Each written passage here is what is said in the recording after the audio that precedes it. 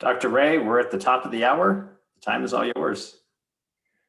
Hello, everyone, and welcome to our monthly workshop. This is, of course, the March workshop. I hope you all have March on your calendars because that's what we have here in the U.S. Interestingly, this is the first day of spring in the U.S., and we're looking for some nicer weather. In my home in Denver, Colorado, we still have a lot of snow on the ground, and so we're anxious for spring to come to take care of that snow. Welcome to this wonderful workshop, and we'll be talking about it in just a moment. I just wanted to start with something that I think is really important, and that is that all of these workshops are aimed at helping teachers improve in light of very, very difficult situations. The pandemic, shutdown of schools, opening of schools, all of that we have to live with every day. So that's the purpose of our workshop today. And as Dr. Jake has said, you see a warm-up discussion on your screen at this point. And please do some thinking about that. If you would like to make a response to that, our presenters will be talking about that in just a little bit. So for those of you who haven't met him before, and I'm sure you all have, Dr. Jacob Frankum is our Executive Associate Director, and I'd like him just to greet you with a few words. Welcome, and thank you, Dr. Ray, for that introduction. In my house in Northwest Montana, we got a little bit of snow this morning, so I woke up to snow. It's now gone, but just so been looking forward to this workshop, especially because I think there's some great things that will be given to us here from our great partners at Epicenter. We just wanted to welcome them and any other partners that we have with us today and any members of ministries of education. I know we have several people here. We encourage all of you to get onto our website or our social media and look and see what kind of services we provide that we can help you with and some of our partnering companies. We have a big announcement to make. Remember last time we talked about unveiling an announcement, and this is the announcement. We're now accrediting schools in Saudi Arabia, which we're really, really happy about. Dr. Ray and I have worked in Saudi Arabia, many different places in Saudi Arabia over the past several years, and we're excited to be able to continue that work with the great educators throughout the kingdom. And so if you are in Saudi Arabia, you're interested in working with us and our accrediting services or any of our other services, please let us know. So with that, Dr. Ray, I will turn it back to you. Well, thank you. I'm really excited to present our workshop coordinators today, Jessica LeNeave and Gema Liberty. They have a company called Epicenter. And if you look on our website, many of the services that we offer are really offered by Epicenter and these two wonderful educators. And I know that they are going to give you a lot of information today, which will really hopefully help you.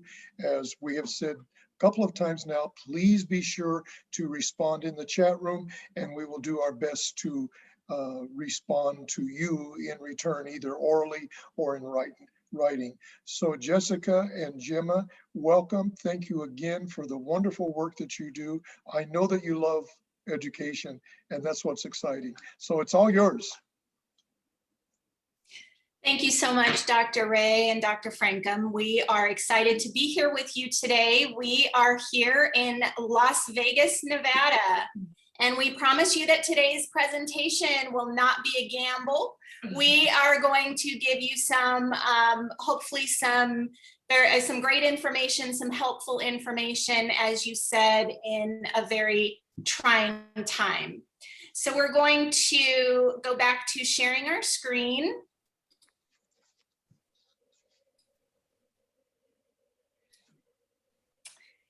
And the warm-up question today is an important one. I don't know if you see anything in the chat that we can chat about. The question is, what do you think will emerge as the largest area of academic need or learning gaps for students? So as teachers come back right now, they're seeing learning gaps, they're seeing definite needs. As they come back in the fall, they will as well. So if there's any input on that, we can get our discussion started and then we'll get our presentation started.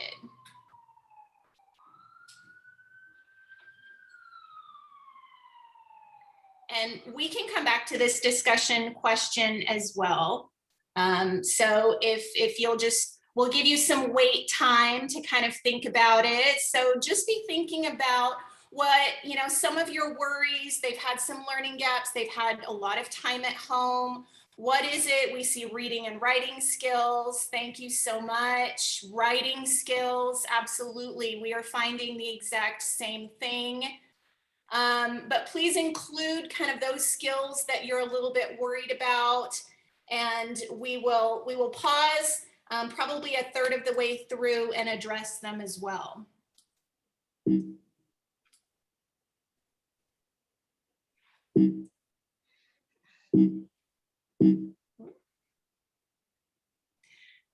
So our presentation today is about prioritizing standards. And why is this important? We find that it is important because as overwhelming as education, as teaching is already, it seems even more overwhelming now that teachers feel they need to address the needs that have always come up for students, but now they feel the additional pressure of meeting all of the learning gaps and figuring out what those are. And that is just the heart of teachers, right? We want to do the best that we can for our students, and we want to feel as though we are doing the best that we can for our students. So that's the reason for our presentation today. We're going to dig into how to prioritize standards. So we call our essential standards, we call them Jackpot standards, and not just because we're from Las Vegas, but what is a Jackpot standard? A Jackpot standard is one of those standards, because we can't ignore any of our standards, correct? But the Jackpot standards are ones that truly need our focus. They have a depth to them that we cannot ignore, and they are essential. They usually have maybe the biggest impact on students.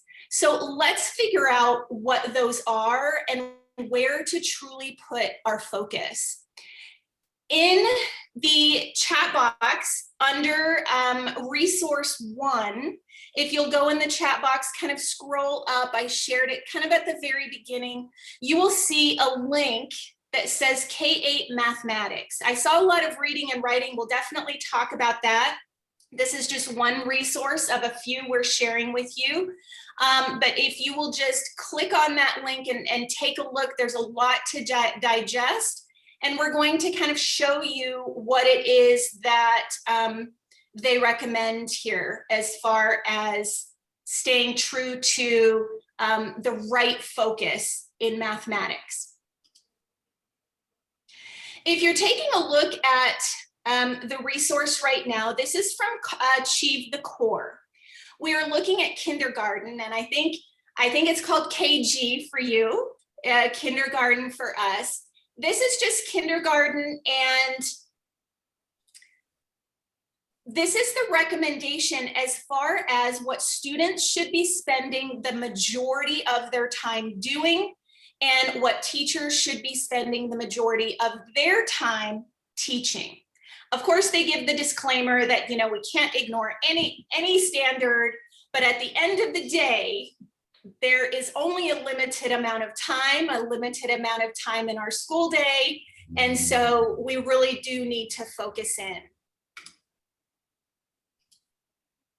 So you'll see here for kindergarten, knowing their numbers, counting, comparing numbers, adding and subtracting, and working with numbers 11 through 19 are absolutely essential.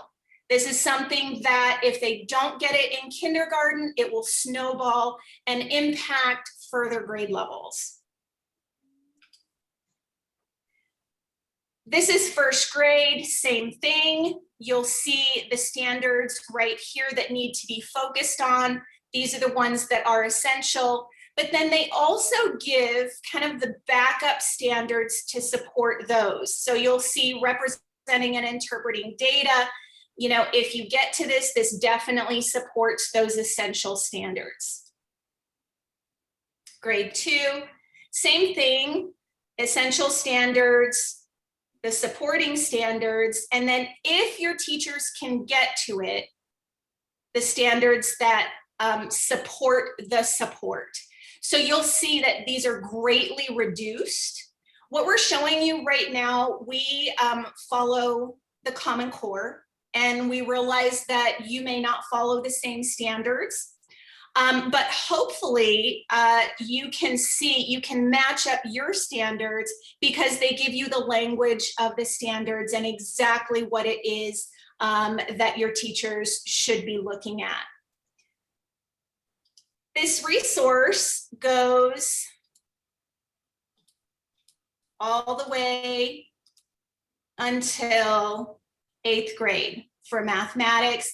This has been very, very helpful for our elementary school teachers and our secondary mathematics teachers, just so they can take a breath and realize that they can indeed kind of weed some things out without feeling guilty that might be issues for their students moving forward. So again, this resource is in the chat. I encourage you to download it and share it with your teachers. The very last page is actually the, the seller, the one pager that shows all of the standards by grade level in mathematics from K to 8 that are essential and why. Shows how they build on one another and why that standard in particular cannot be one that goes to the wayside for student growth in that subject area.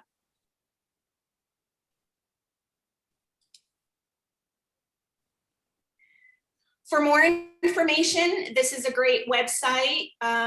They always spell out everything, and even though this website, Achieve the Core, does support Common Core, they always have the language of the standard there so that you can do a side-by-side comparison of Common Core standards and the standards that your teachers use. So hopefully that is helpful to you. In the chat under resource number 2, if you'll scroll and just make sure that you download that as well. We've included from Achieve the Core as well, language arts, reading, writing, and language standards that are at the core and should be essential for teachers moving forward. So I'm just gonna pause there and see if there are any questions in the chat, any comments in the chat, or anything that you would like to address.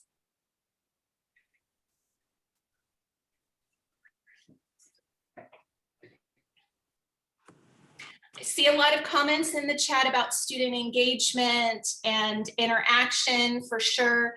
Critical thinking, I'm so glad that you said that. We'll be diving into that in just a moment. Reading and writing, we will be diving into as well. And speaking, social skills. These are all of your ideas from the warm-up, a lot of social skills, analysis and critical thinking, very interesting.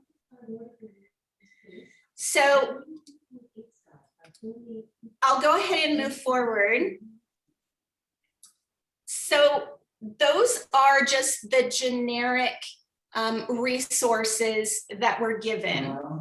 But our question was, okay, so what about our school, our students? What can we do to make sure that we are tailoring the focus standards to what our specific students need?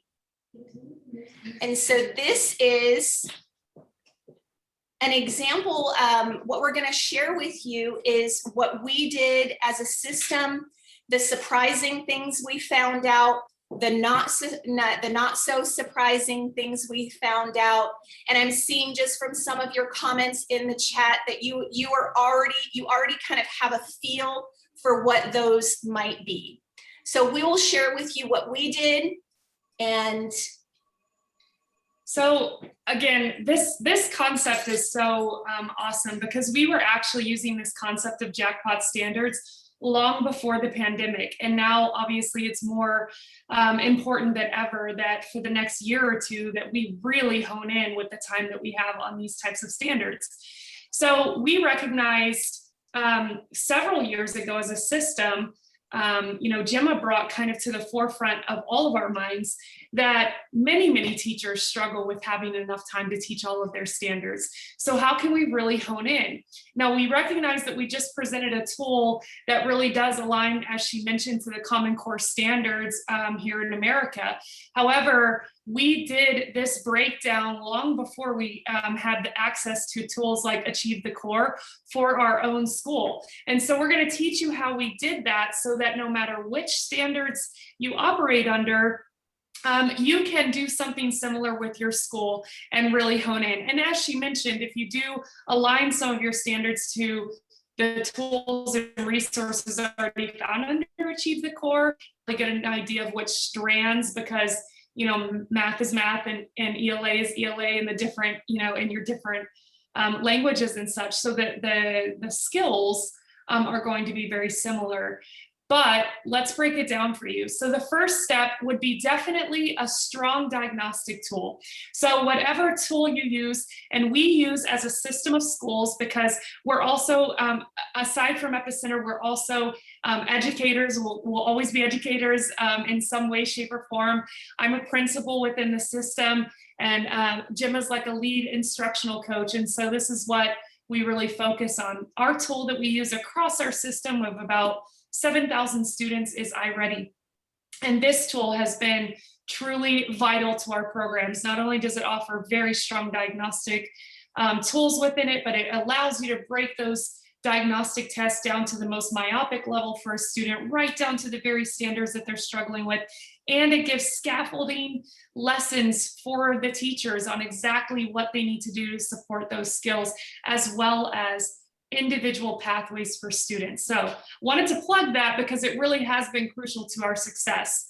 And so we started exactly there with our diagnostic tool. Now, I am going to take a minute because we have such a large crowd here to plug that if you would like or need a better diagnostic tool, maybe reach out to our partners at EduEnhance. They serve the MENA region, South Asia, Turkey, Nigeria, eduenhance.net, and they can get you hooked up with some really amazing diagnostic tools and individual pathways for students. This is the one that we use as well. Now, the sample that you're going to hear about and what we really are diving into is we took years ago, as I mentioned, long before the pandemic, we had 5 American elementary schools, 4 American middle schools, and 2 American high schools within this sample. And we used all the same diagnostic tool.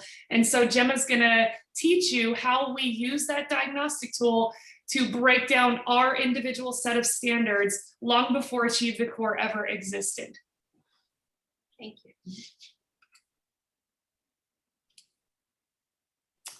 So even if you don't have Iready or a specific diagnostic tool, the first thing that you'll need to do is assess your students. Assess your students across the board with the best tool that you have right now to see where all students are at. After the assessment, and we'll go through this, we'll need to identify the areas of biggest need, of largest need, the gaps that are standing out, and synthesize them. Take a look at several grade levels and seeing what bands are truly needing our attention. Once we synthesize the information, we'll have to take a look and analyze what it truly is that is missing. So instead of just a bunch of standards language out there, What are our students as young human beings who need to grow up to be intelligent adults? What is it that they are truly, truly missing right now? And how can we collectively, as a group of educators, not just one teacher in one classroom, another teacher in another classroom, but all educators come together and help in this area? And then we sat down and need to sit down and come up with a plan of how we were going to achieve this. So what we're sharing with you today is what we've done, and so we would like to share it with you. What you're looking at right now is we have, as Jessica said, 5 different campuses.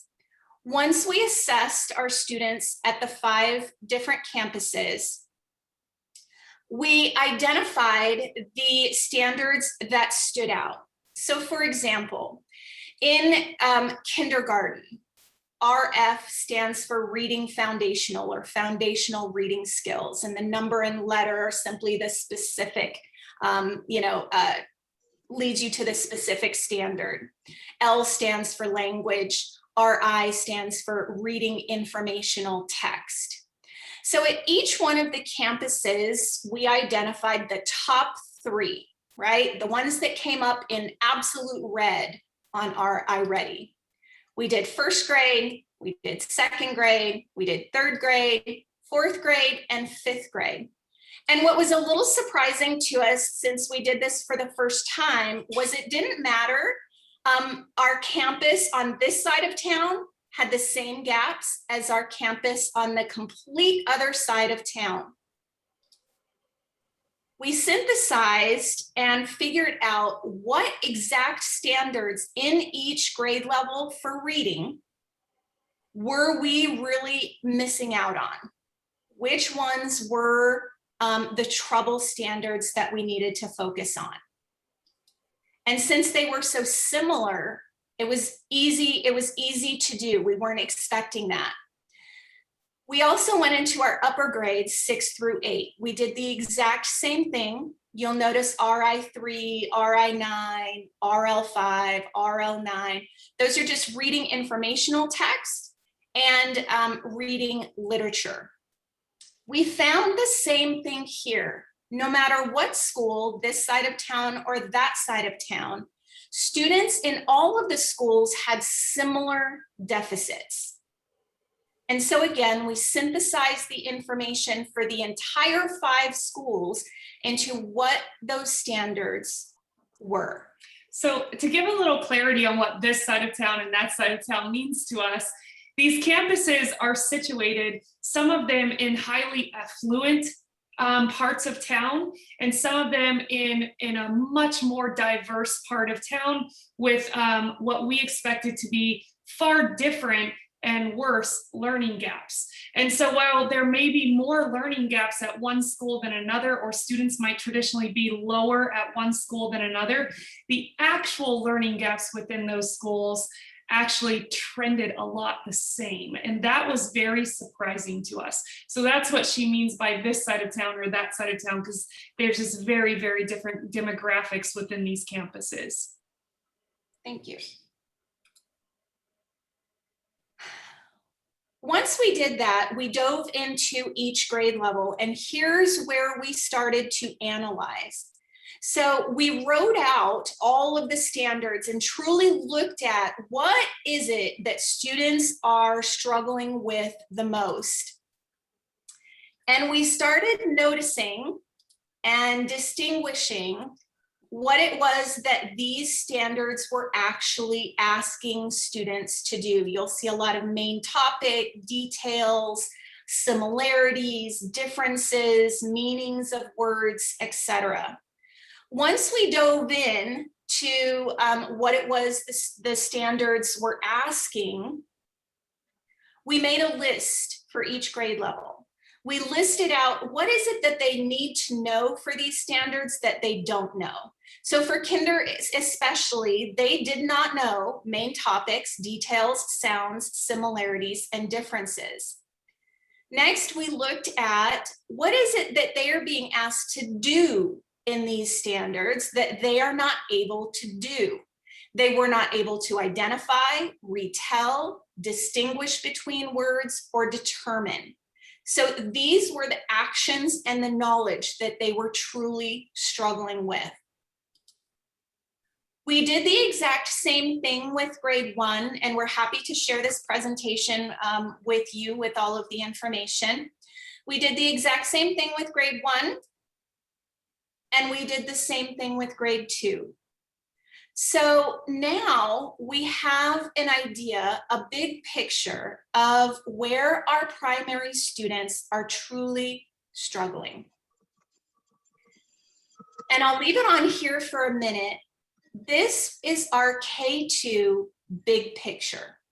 What you're looking at is kindergarten, first grade, and second grade. You see the verbs there, so the things they are struggling to do.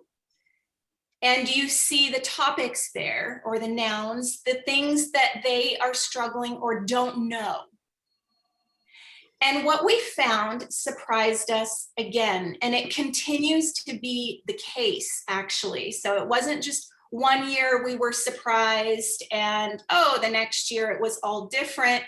It turns out that a lot of the struggles from grade level to grade level are very, very similar.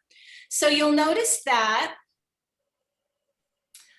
identifying the main topic is an issue for kindergartners, first graders, and second graders. It stands out as one of their largest deficits. Same with retelling stories with key details. So students aren't able to figure out what is important and what is not so important in recounting these stories. They're struggling with describing connections and how things are similar and different. And again, central message or lesson, just different words for, the main idea of a story. So when we took a look at this, we sat down with our kinder, first grade, and second grade teachers and asked them what they thought the priority standards or the Jackpot standards were, and we showed them this. They were very surprised as well. Why is it on a year even before the pandemic, are we not improving in identifying the main topic from kinder to first to second? Why does that continue to be a struggle?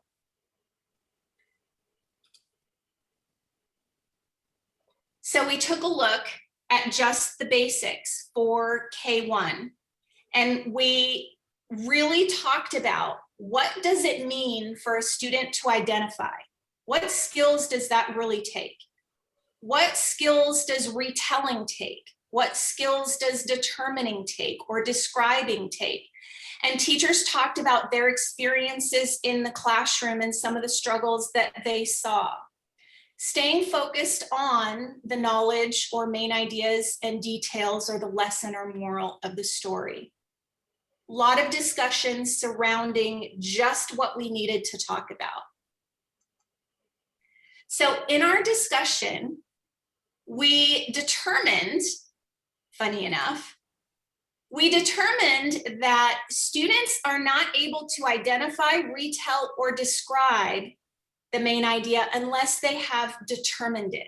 So out of all of the verbs, we decided that the one verb that was hanging our primary students up was determining the main idea, determining what was important and not important in a story. So it seems funny to spend a lot of time talking about one verb, but it was the most productive conversations that we have ever had. In order to determine, students must comprehend what they're reading. So we talked about reading initiatives and what we're doing in order to increase comprehension. And students need to be able to reason.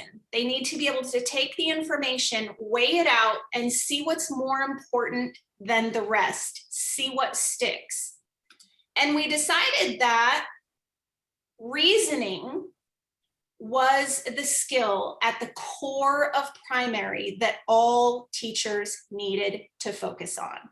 So you saw all of the numbers of the standards, you saw all of the verbs and all of the nouns, and we truly narrowed it down to the one thing that was missing. And teachers shared, well, reasoning is thinking. Reasoning is being able to take in information, process it, and then come back to a distinct thought about reasoning. Once we had that very in-depth conversation, we came up with a plan for our kindergarten through second grade students. And these are thoughts from teachers. In order to build reasoning skills, we need to do more thinking aloud. How does the teacher determine what the main idea? Let's hear it from the teacher through a think aloud. Metacognition activities, comparing and contrasting activities, describing things orally. We talked about our reading initiative, inferring activities, deductive reasoning activities, and problem solving. The wonderful thing about this initiative and this focus was that our kindergarten through second grade teachers now had the support of our music teachers, our PE teachers, our extra classes teachers. They all knew what students needed. So as they were playing games in PE class, they might compare one thing to another. Or as they were working on something in art, they might think about how they painted the pictures, the color.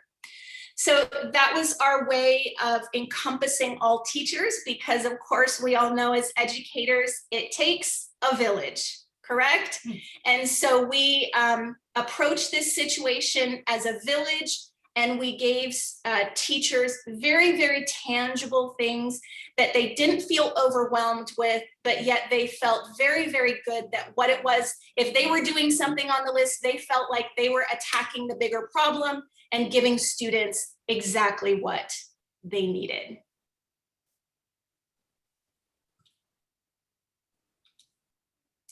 I will pause there, Jacob, if there is anything in the chat you want to throw out. If not, we'll go ahead and proceed. We did have one question, Gemma, and definition of low income. And I responded to the question and I said, low income areas are usually those where the general income, financial income of the families is low, as opposed to a high income area where the families are usually more affluent or they're richer. And often with that brings a lot of resources that maybe are not available. Did I do you okay on that one? Yes, that's right. So these 5 campuses, as I mentioned, are situated in our city in varying levels of regional income. And so it has created a resource barrier for students on 2 of the campuses, that students on 3 of the campuses do not have the same barriers to education. And so therefore 2 of our campuses really have to struggle to provide basic needs before they can even get to some of the educational needs of our students. And so again, we expected their learning standards to be just totally different. We're like, oh, because we're always kind of saying that. We're always like, oh, those 3 campuses have no idea what us 2 campuses are struggling with. And when it came right down to it, and Gemma had broken down this analysis for our system, we had so much more alike than we had different when it came to the actual standards. Now, students have maybe various levels to which they're behind based on which campus or which part of town or which resources they've had access to, but nevertheless, the standards were all trending the same way. And that was so important for our system to see, because it united our language on how to attack the Jackpot standards for our students, how to really get in there and work together to address these needs. Well, the other is my question. I'm going to make an assumption, and you can, maybe it's not an assumption, maybe it's a guess. We have a couple dozen countries represented in this workshop, at least a couple dozen countries. What do you think is the possibility that across all of these countries, you would find the same thing? The basic needs are the same. I'm not saying they are, but what do you think?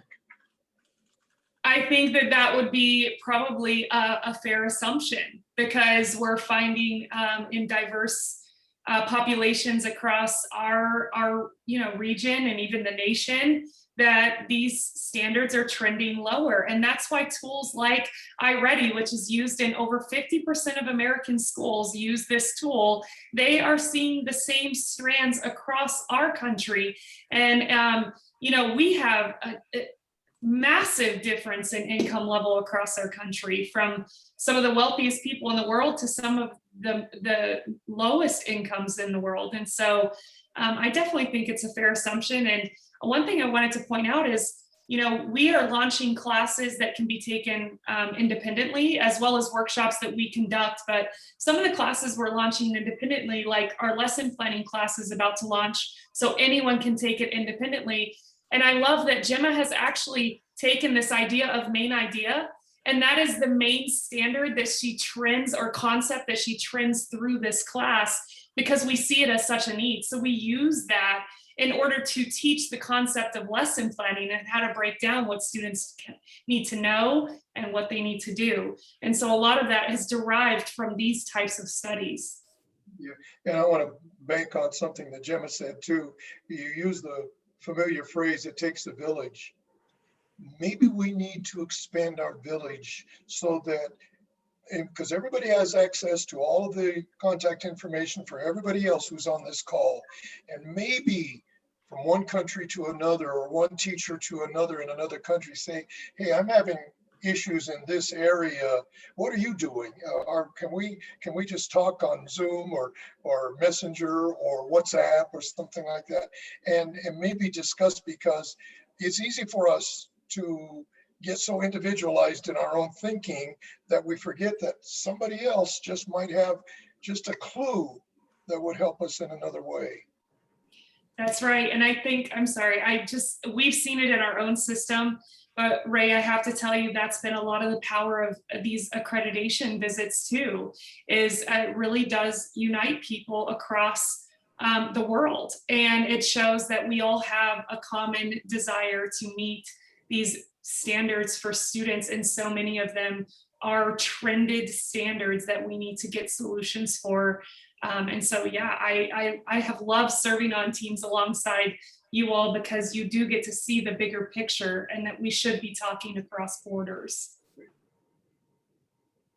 I just saw something pop up in the chat as well. Shouldn't all of the campuses be the same if they're part of Epicenter Education? So thank you for asking that. Just to clarify, Epicenter Education is not over the 5 campuses that we're talking to you about. Epicenter Education is a separate professional development company. The 5 schools that we are analyzing and sharing with you today are the 5 schools that we work with, right, in our daytime jobs that we work with, and they really are very different. So Jessica described it very well. I go to all of the schools. At one of the schools, there are very nice cars that drive into the parking lot, and the kids are wearing very, very nice clothes with, logos and such. And at some of the other schools, students are definitely struggling and walking to school, and they don't have a lunch to bring to school and all of that. And so, yes, we definitely trend the same. One of the things that we love about working with these 5 schools is we all tend to focus on how different we are. The conversations with teachers tend to sometimes be, well, I work at this school where students are struggling, and so I spend a lot of my time with classroom management. I spend a lot of time with this and that. If you work at the school where everybody's wearing nice clothes, you don't have that problem, and we don't have things in common. What we do is we get our teachers together a couple of times a year across all the different schools, and we talk about exactly the things that we need each other's thoughts on. So Dr. Ray, you're absolutely right. Someone else always does have a clue, and I truly believe that. And we walk away from those conversations better than we were. And what unifies these 5 campuses specifically is their focus. So they're all a STEAM focus: science, technology, the engineering, the arts, and mathematics. So they all share that focus, and they all work as one system to try to address education from that focus. But to see that the learning gaps are very similar across the campuses was a very unifying moment for those 5 campuses to come together. So I'll go ahead and move on. I won't break it down again for you in each of the grade levels, but our next step was, after K2, was taking a look at our 3rd, 4th, and 5th grades. We did the exact same thing. So remember, we assessed our students. We then observed, we broke down kind of the standards, synthesized the information, and analyzed it. So interestingly enough, 3rd graders also having issues with understanding similarities, and this time text structures, how text is structured. Is it compare contrast? Is it a cause and effect? So really it is about the main topic of the text. It's part of the text. And here are again the verbs that they were struggling with: describing, locating, etc. We did the same thing for 4th grade in reading and 5th grade. And just to give you kind of the summation, the big picture for 3rd through 5th grade was a lot the same. You'll see main idea coming up again. That means that our students are struggling with main idea from kindergarten through 5th grade. This is a 6-year struggle with main idea. And so that's something that we felt was very important to talk about. Not only main idea, but how main idea is supported with those text structures, etc. So we realized that our 3rd through 5th grade teachers could have been in that K2 conversation, but we expected to see something different in a different grade level band. And yet it was trending the same as far as where we needed to put our focus. We did the same thing with 3rd through 5th grade teachers. We talked about the verbs, or what students needed to do: determine, explain, and infer. And we broke those down into exactly what does that mean. When a child is able to infer, what does that look like? What does that sound like? What do we hear from them when they are able to infer, explain, or determine? In-depth conversation about 3 words. But we got very deep with it. And then what knowledge, again, was missing. So we decided, again, here's your verb: determine and explain. We decided that determining the main idea was, again, the issue for our 3rd through 5th grade students. And in this case, that yes, students needed to comprehend and students needed to reason as well. So very surprised, but ending up with the same result. We made up a plan for our 3rd through 5th grade students. We came up with some different things as far as our list of things to do: deductive reasoning activities, deconstructing paragraphs for evidence and structure, but some of them remained the same as K2. So now it was becoming an elementary initiative to build reasoning skills across all of the grade levels.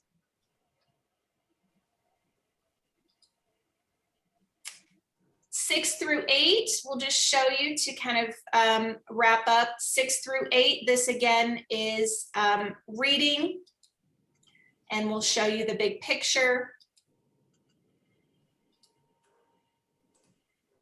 In the big picture, we were seeing that 6th through 8th grade students had trouble analyzing, and we still could not get away from the text, evidence in the text, text structure, themes in the text, so all related to main idea and what supports main idea. So interesting again that our kindergartners were having the very similar issues as our 8th grade students about to go into high school. And so we had some very serious conversations about how these trends weren't improving year after year after year after year. We sat down with students again, or with teachers, excuse me, again. We talked about what it means to analyze and compare and contrast. What does that look like in a 6th grade through 8th grade classroom? What do students need to be able to do? How do we need to break it down? We talked about the knowledge that they're missing. They don't understand themes. They don't understand how stories and texts are developed and how to notice how they're developed, as well as the organizational structure of a text. Once we had those conversations, we decided that comparing and contrasting was part of analyzing, and that what we really needed to focus on was getting students to analyze. And here again, in order to analyze something, you must deconstruct it or break it apart and then be able to put pieces back together again. So analyzing, you must deconstruct and synthesize, take apart and put together things. This can be done in a science class, language arts class, math class, what have you. Breaking things down and putting things together is not a single subject task. And we determined again that reasoning skills or thinking skills were at the very, very core of what students were missing. And so this became a big discussion on our part, again, as to why our kindergarten students were having the same issues as our 8th grade students and how that was being allowed to move on year after year. But that it basically boiled down to thinking. And there were, a few very brave teachers who came out and said, we feed our students information. We want that information said back to us, and that has nothing to do with reasoning. That has nothing to do with analyzing. That has nothing to do with thinking. And so some very good, some very deep information about what teaching truly is. And it's not just telling them information and expecting it back, because students who are not able to reason or think may do that very well and get by our radar, which they apparently are. We came up with a plan for our 6-8, again, with some differences, but very similar for our K2. So this made our initiative pretty easy as far as our focus. We will pause there for comments and questions. And let me just interject one question. It was from Carlos Santana, who gave experience about the experience and so forth. Been around for a long time, I think, from Portugal, and serves in a very, very, very low income area.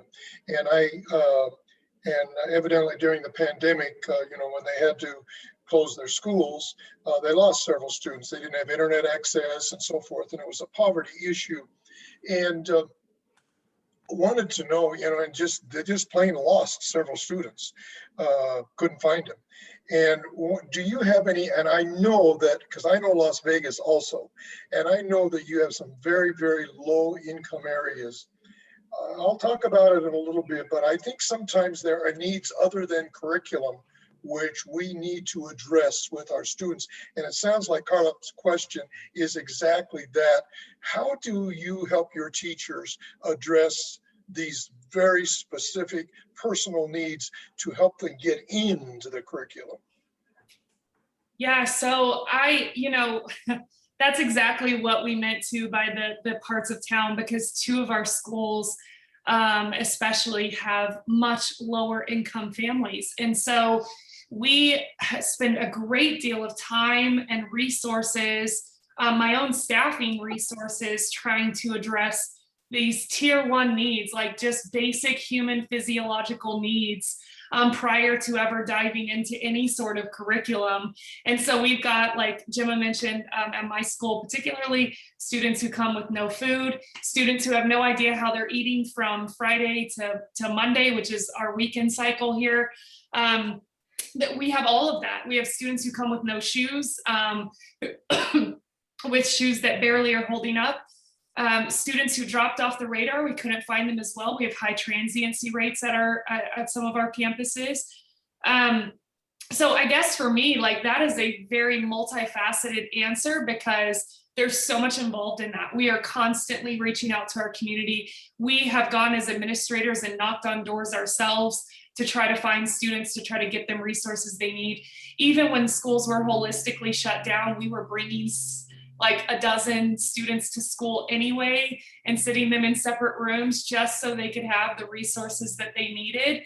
And so, I guess for me, it is just a matter of resilience and perseverance on the part of your staff, because those needs are never ending, and you just do everything you can and get community partners to do everything that they can for these students.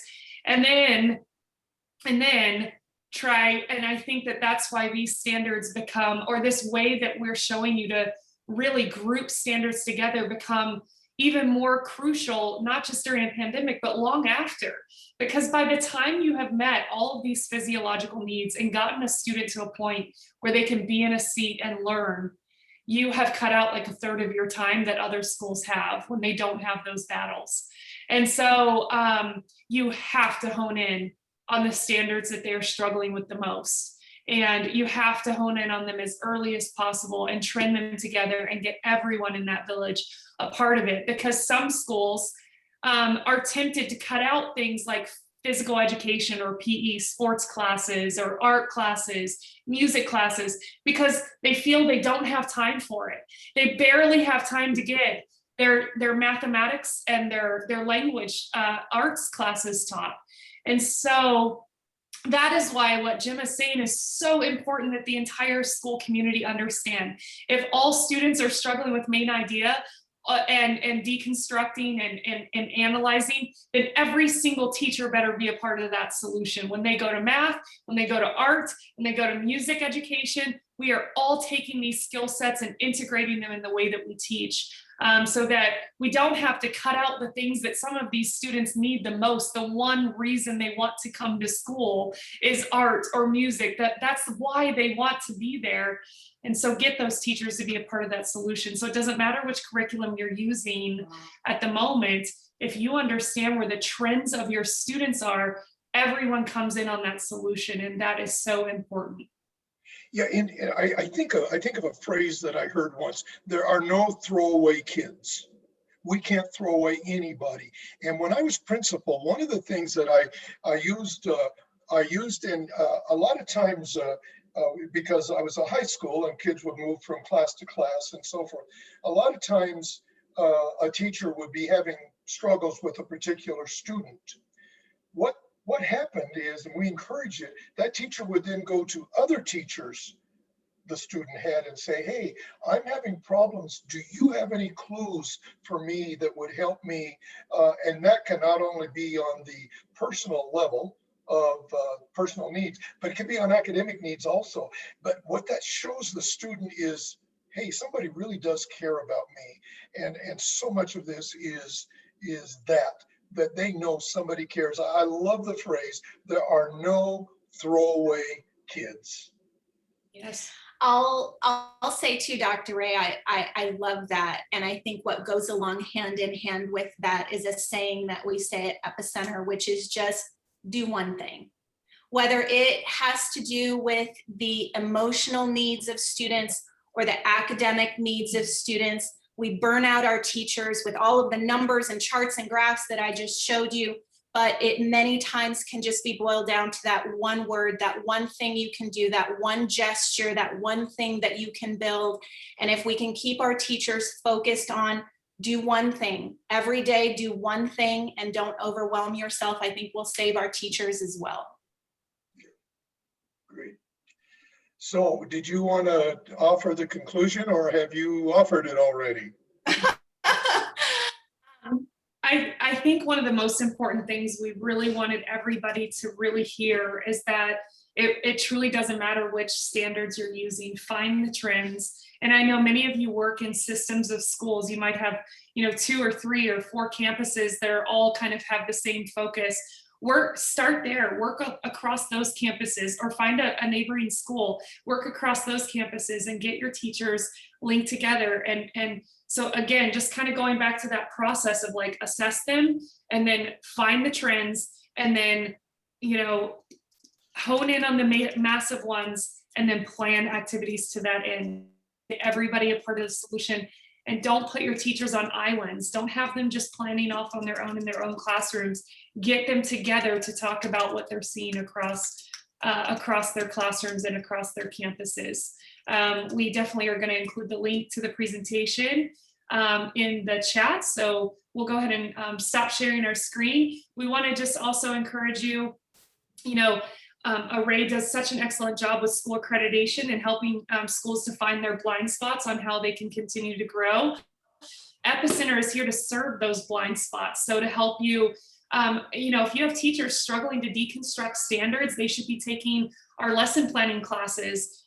We have more and more we can do workshops on a wide variety of topics, but we also are starting to launch individually paced courses on our online as well. So check us out at Epicenter Education. We're your partners in education here, and we're happy to help you however you need. Dr. Ray, if I could say a few things before you conclude. First of all, I know there's a lot of questions about surveys, the post-workshop survey. That'll be posted here shortly.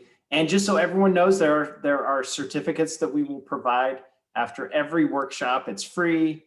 They usually take a few days for us to get them out to you, but we're so grateful that we could host Epicenter, Miss Jessica and Miss Gema for this great workshop. I know as an educator for me, leading some schools, this is going to be able to be implemented into my schools, and it'll be richly accepted, and we'll be able to utilize some of these tools. We would like to invite you to our next workshop.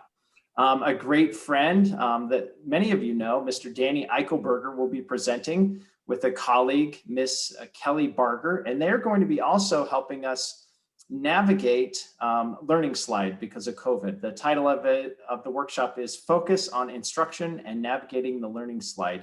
So again, that's April 17th at 9:00 p.m. Saudi time, and it's going to be a great workshop. Some of you have seen Mr. Danny present. He's a great person, great presenter, just like the workshop that we had today. And so again, I'll be posting that survey here shortly on Facebook for those that are watching us on Facebook. And please take the next hour, fill out the brief survey, give us some feedback. And then just to echo what Ms. Jessica said, if there's anything that we could do with Array Global to help you and your school during this COVID time or any other time, please let us know. Great.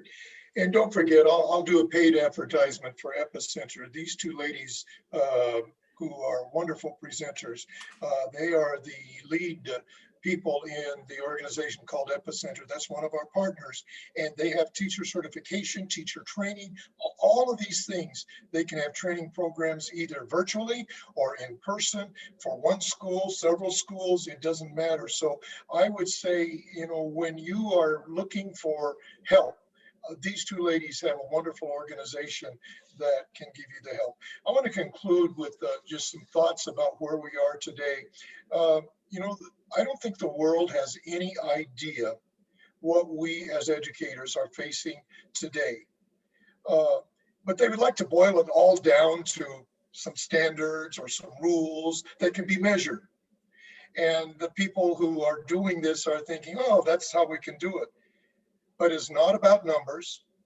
It's not about data. It is about what is behind each set of eyes who face you either in the classroom or online.